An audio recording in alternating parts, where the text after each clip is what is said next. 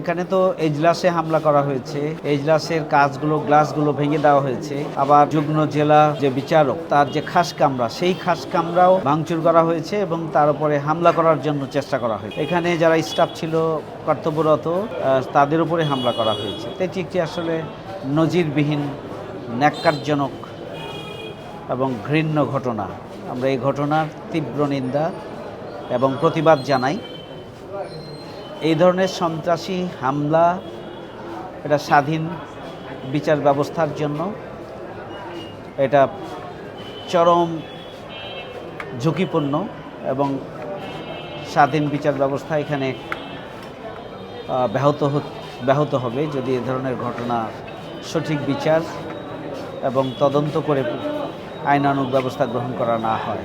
সন্ত্রাসীদের পরিচয় যাই হোক না কেন, এখানে দল মতের বিবেচনা নয়, বিচারকের আদালতে এসে,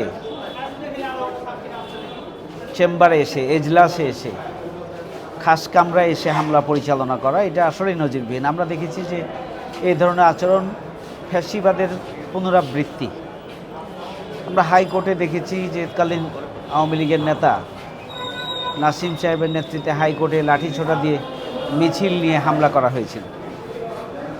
তো এখন এই ধরনের ঘটনার পুনরাবৃত্তি যদি এখন নতুন বাংলাদেশে সংগঠিত হয় তাহলে এটা অনেক আমাদের জন্য অশনি সংকেত। এটি ফ্যাসিবাদের পদধ্বনি। আমি মনে করি যে সরকারের এই ব্যাপারে আরও সজাগ হওয়া এবং প্রয়োজনীয় পদক্ষেপ গ্রহণ করা উচিত। আর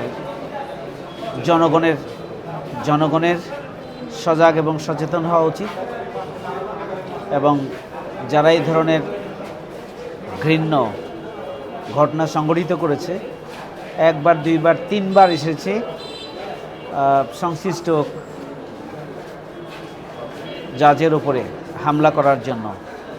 এটা তো আসলে এটা কি মগের মল্লিক হয়ে গেল নাকি, যে এখানে আদালতেও বিচারকরা নিরাপদ থাকবে না, আদালতের স্টাফরা, কর্মচারীরা তারা নিরাপদ থাকবে না, তাহলে সাধারণ জনগণের নিরাপত্তা কোথায়? এটি আজকে স্বাভাবিকভাবে প্রশ্ন এসে দাঁড়িয়েছে।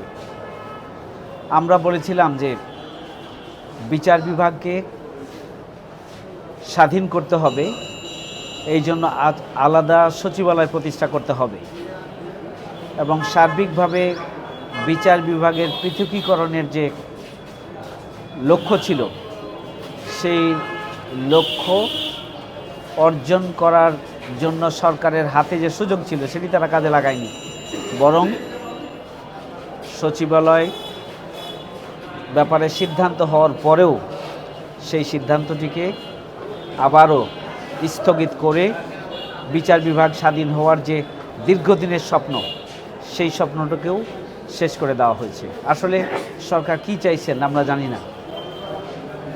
আমি অবিলম্বে যারা এই হামলা করেছেন এবং ভাঙচুর করেছেন, সন্ত্রাসী কর্মকাণ্ড করেছেন, তাদেরকে আইনের আওতায় নিয়ে এসে অবিলম্বে তাদের বিরুদ্ধে পদক্ষেপ গ্রহণ করা হোক, আমরা সেই দাবি জানাই।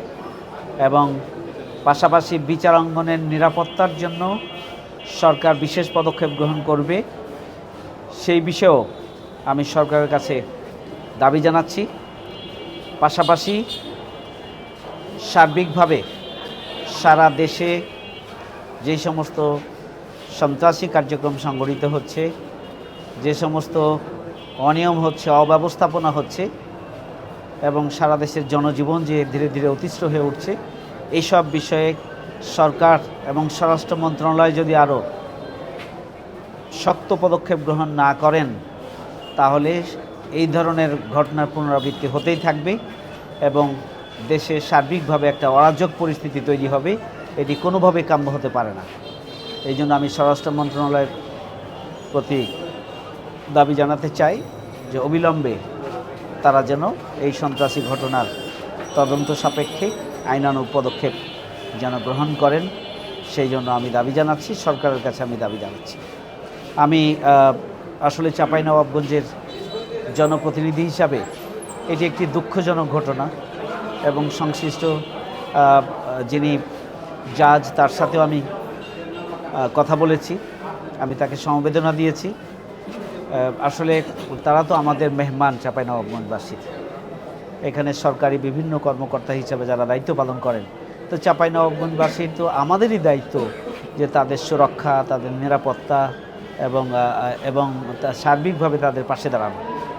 আমি মনে করি সন্ত্রাসীদের পরিচয় যাই হোক না কেন, জনগণকে সাথে নিয়ে আমরা সন্ত্রাসীদের বিরুদ্ধে জনমত গড়ে তোলার পাশাপাশি সরকার যেন এই সমস্ত ব্যাপারে প্রয়োজনীয় আইনানুগ পদক্ষেপ গ্রহণ করে, সেই জন্য আমরা ভূমিকা রাখছি এবং আমরা ভূমিকা রাখবো ইনশাআল্লাহ।